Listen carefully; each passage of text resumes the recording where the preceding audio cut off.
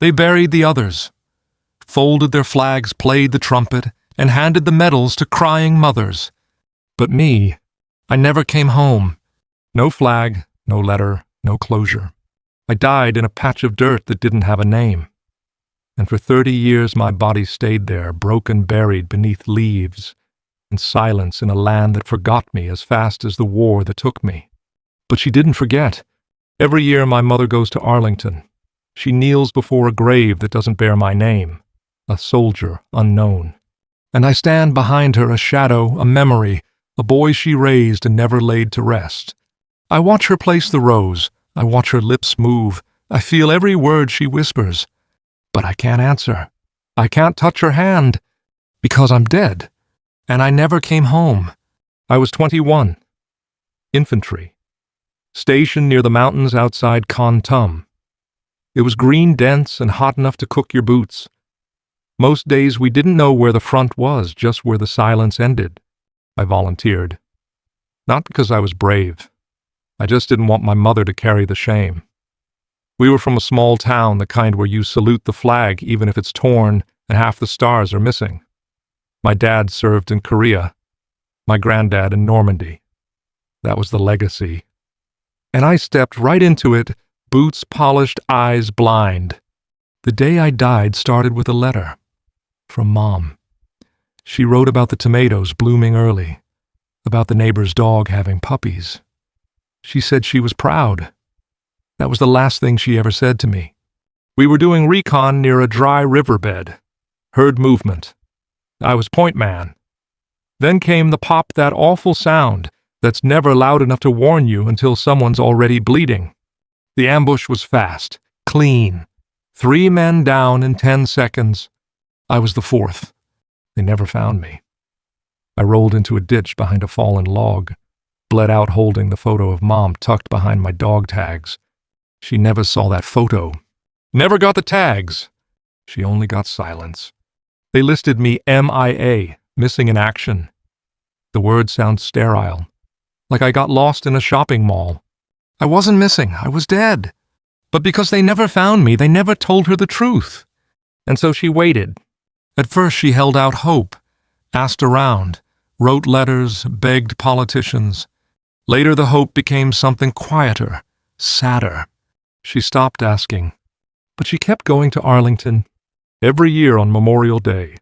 Black dress, worn shoes, hands shaking as she placed a red rose at a headstone that read, "Here rests in honored glory, a comrade in arms, known but to God." She chose that grave the first year. She said it felt right. And she never changed it. And she never missed a year. And I never missed a moment. I don't know what the afterlife is supposed to be. Heaven, judgment, reincarnation. What I know is this: there are some of us who don't move on. Not because we're cursed, but because we can't leave until someone knows we didn't run. Because that's the rumor, the one she doesn't say out loud, the one the neighbors whispered behind their hands. Maybe he cracked, maybe he ran, but I didn't. I stayed, I fought, I bled, and I died. She came again this year. Same dress, same gait, a little slower, a little smaller, but still her, still my mother. She walked the path like she always did. Her purse swinging at her side, the rose clutched in both hands like it weighed 1,000 pounds. She nodded at the other graves as she passed, whispered a greeting to the statue at the gate, and made her way to the same white marble stone she's visited every Memorial Day for 30 years. She still doesn't know it's mine, and somehow she does. I stood where I always stand, 3 meters back, slightly to the left, close enough to see her face, far enough that I couldn't reach her even if I tried. But that's the rule, isn't it? We don't touch. We don't speak. We only wait. She knelt slowly, knees creaking like tired wood. She traced her fingers over the nameless words carved in stone. Then she placed the rose down, gently, always gently. "In case this is yours," she whispered, "I'll keep bringing them until I know." I wanted to scream. I wanted to cry, but ghosts don't do either. We just exist, and we remember. The first year she came, she was angry. Not at me, no, never me. at the silence, at the government, at God. She stormed through the cemetery with fire in her eyes and fury in her bones. She placed the rose hard like a challenge. "If you're under this damn stone, you better know I haven't stopped looking."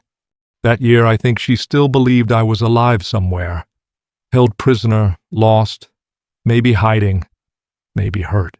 She used to ask the air, "Did you eat today?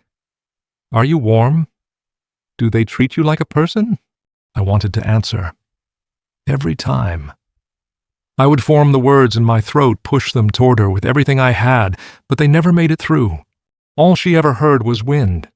By the 5th year, her voice got softer. She didn't bring questions anymore, just memories. She'd sit on the bench near the hill and talk about my dog, my old guitar, the girl I liked in high school. She'd laugh sometimes. It hurt to watch her laugh, because I knew she was trying to remember my voice by using her own. One year she brought my old jacket, just laid it on the headstone, sat next to it for an hour, then folded it back into her purse and left without saying a word. That was the year I knew she'd stopped hoping. She didn't say it out loud. She didn't need to. I could feel it in her hands the way they trembled when she touched the stone. Like she was telling me, "You're gone. But I still need you to know you mattered." Every year after that, she came more slowly, needed a cane, wore thicker gloves. Her back bent more each time, but she still made it, in the rain, in the heat, through surgeries and winters and birthdays with empty chairs. Every year she brought a single rose. Always red, always fresh, never late. People think ghosts haunt places. That's not true. We haunt moments, like the moment her hand brushed the marble, or the moment she pulled her coat tighter and whispered, "I forgive you even if you never made it back." I haunt that moment. I haunt that forgiveness, because she doesn't need to forgive me. I never left her. I died doing what she taught me to do. I died running toward the fire. And still, she wonders. Still, she hopes. Still, she kneels at that grave every year and says, "If you're under this stone, son, know this, no matter where you are, you're still mine." And I stand behind her silent. A soldier. A son. A ghost. She wasn't the kind of mother who cried easily. Not when I scraped my knees. Not when I wrecked Dad's old truck trying to back it into the barn. Not even when the draft letter came in. She just stood there at the mailbox, stared at the envelope, and said, "Well, guess we keep the flag up till you come home." Then she went back inside and made coffee. Strong, bitter, just the way she liked it. She poured me a cup too. Said no use whining now. That was her way. Strong spine, soft voice, hands that could split wood or braid my hair. A laugh that didn't come often, but when it did, it cracked the whole kitchen open. She taught me everything I know about bravery. Not through speeches, not through rules, through action, through consistency. She taught me how to clean a wound without flinching, how to shoot a rifle straight, how to admit when I was wrong, and still hold my ground. And most of all, she taught me never to run from someone else's pain. She said, "When someone's hurting, you don't walk away. You kneel beside them, even if you can't fix it." That's the kind of bravery I carried into war. Not the movie kind. Not the loud explosive kind. But the kind that makes you hold your buddy's hand while he bleeds out because he's scared and doesn't want to die alone. The kind that makes you walk point even when your gut says it's a trap, because you're the only one who knows how to move quietly through brush. The kind that doesn't make headlines, that doesn't get you medals, but saves lives just the same. I remember the last morning before I deployed. She woke me up at 5 a.m., made biscuits, bacon, eggs, stronger coffee than usual. We didn't talk much, just ate side by side the way we used to on early fishing days. Then as I stood to leave, she grabbed my wrist. Not hard, just enough to make me stop. "Don't be a hero," she said. "Just come back." That's when her voice cracked. Not much, just one note out of tune. I squeezed her hand and nodded. But I lied, because part of me already knew I wasn't built to come back. The funny thing is, I wasn't brave because I was a soldier. I became a soldier because she made me brave. She taught me to show up, even when it's hard, especially when it's hard. She showed me that real strength isn't loud. It's quiet, it's steady, it's staying. And that's why I stayed behind that day. When the mortar hit and half the unit scattered, I saw Sam bleeding near the tree line. I heard someone yell, "Fall back," but I remembered her voice. When someone's hurting, you kneel beside them. So I did. I knelt beside Sam. I wrapped his leg.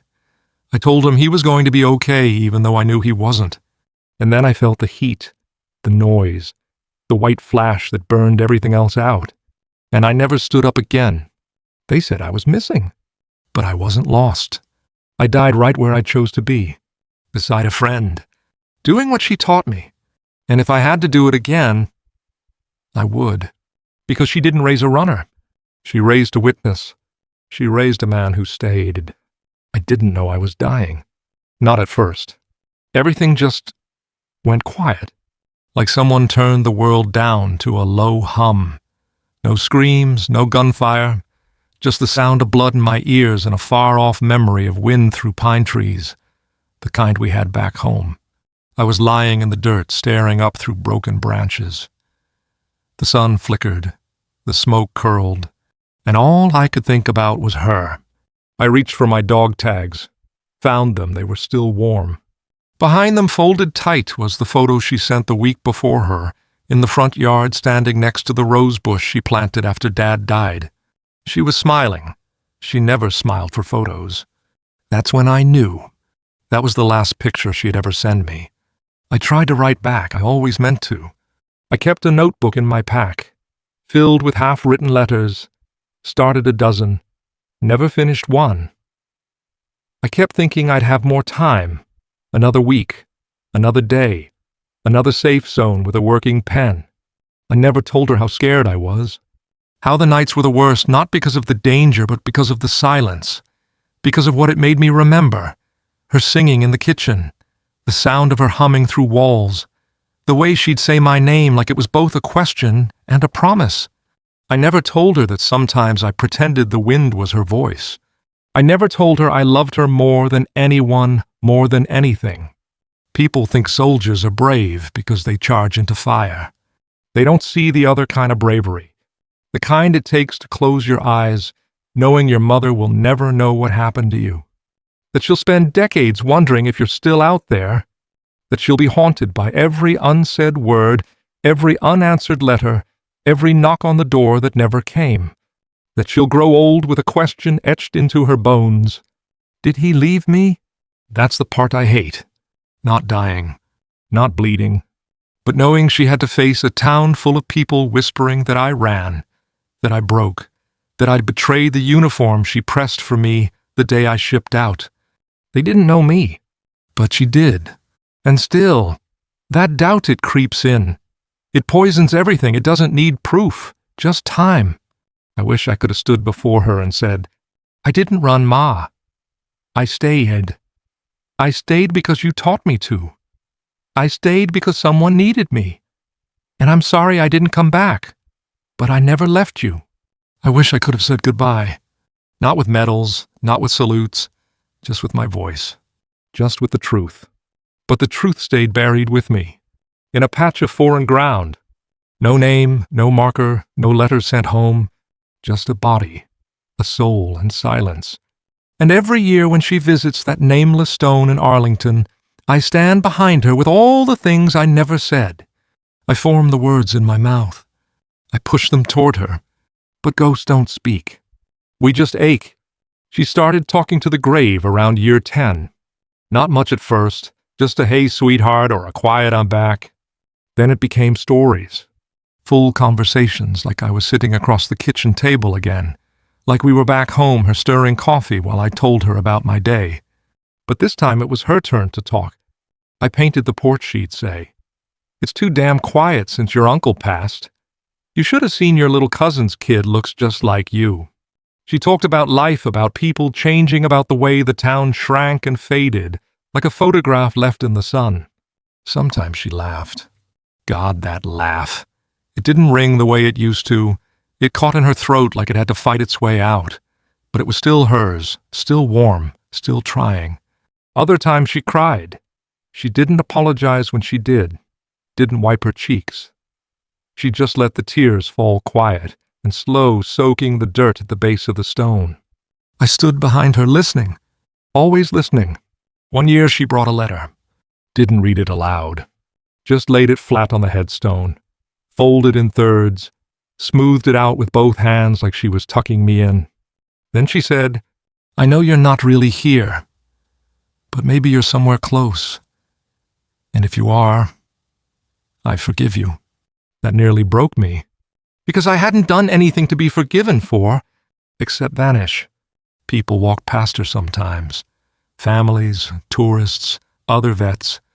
They'd see the old woman with the rose and the worn black coat whispering to a blank white stone.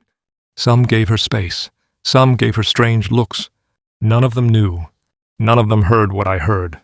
None of them felt the tremble in her hands when she said, "They told me you might have deserted, but I never believed them."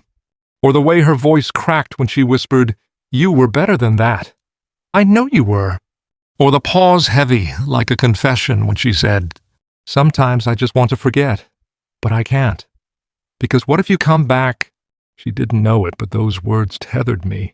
Every syllable, every breath, every silent tear she let fall onto that grave, I felt them like weights on my chest.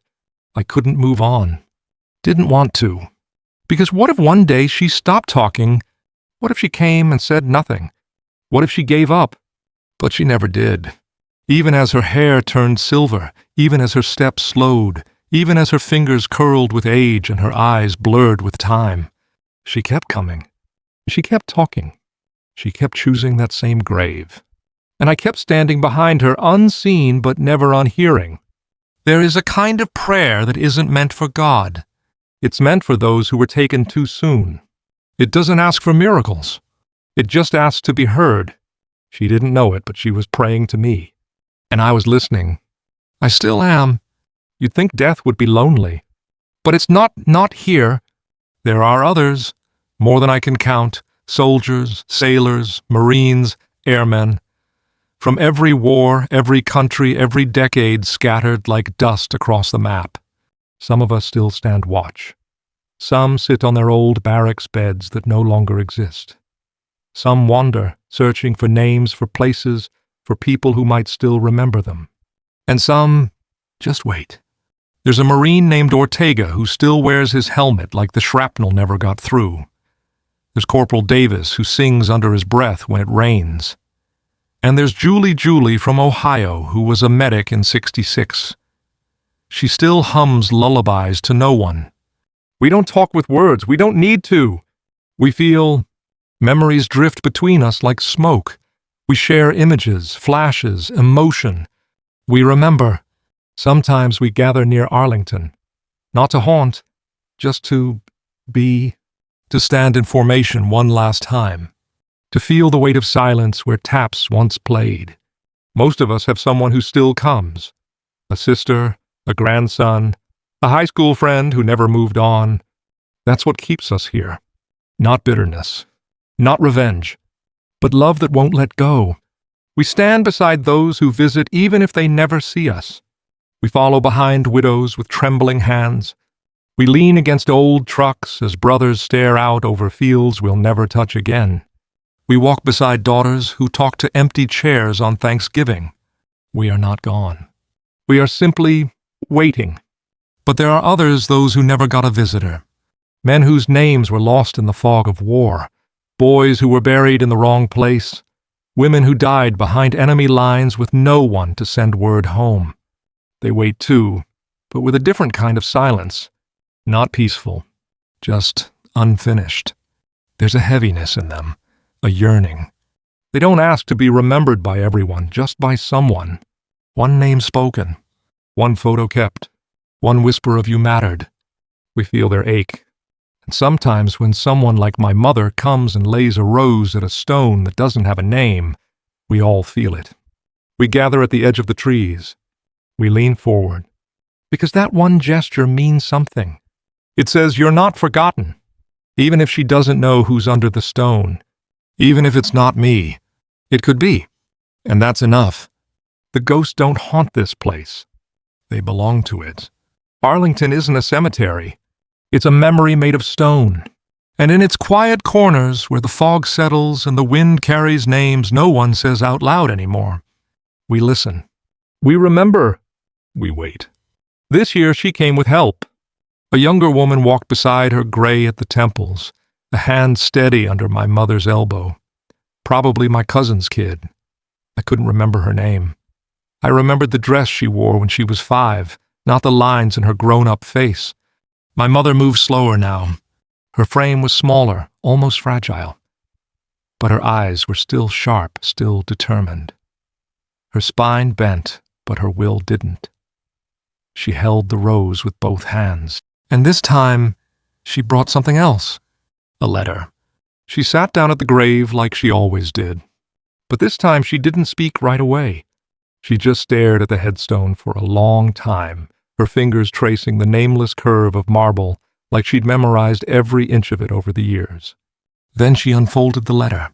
It shook in her hands. The ink had smudged near the corners like she'd cried before she got here, not willing to let me see it. She cleared her throat and read it aloud. I've written this letter a dozen times, maybe more, but I never brought it until now. I've been angry at God, at the war, at the silence. And for a long time, I thought maybe I should stop coming here. Let you go. Stop hurting myself. But then I realized coming here isn't about hurt. It's about love. And love doesn't disappear just because you did. She paused, her voice caught. Her hands trembled harder. Then she looked straight at the headstone, straight at me. Wherever you are, I forgive you. For not coming home. For staying too long. For leaving me with all this love and nowhere to put it. You were always brave. Even if no one else says it, I will. You were brave. I felt something shift. Like a breath I hadn't taken in 30 years finally filled my lungs. The ground didn't shake. The clouds didn't part. But deep inside, whatever was left of me, something let go. Something unlatched. Unbound. Unburied. She stood up, pressed the letter flat against the stone, then placed the rose. She didn't cry. Not this time. She smiled, small, quiet, and turned to leave. Her granddaughter wrapped an arm around her. They walked away together, the older one leaning just slightly into the younger. That's when I knew she would be okay. I stayed a little longer, just to feel the sun warming the stone she touched, just to watch the wind carry the scent of roses down the row of silent brothers and sisters, just to say goodbye.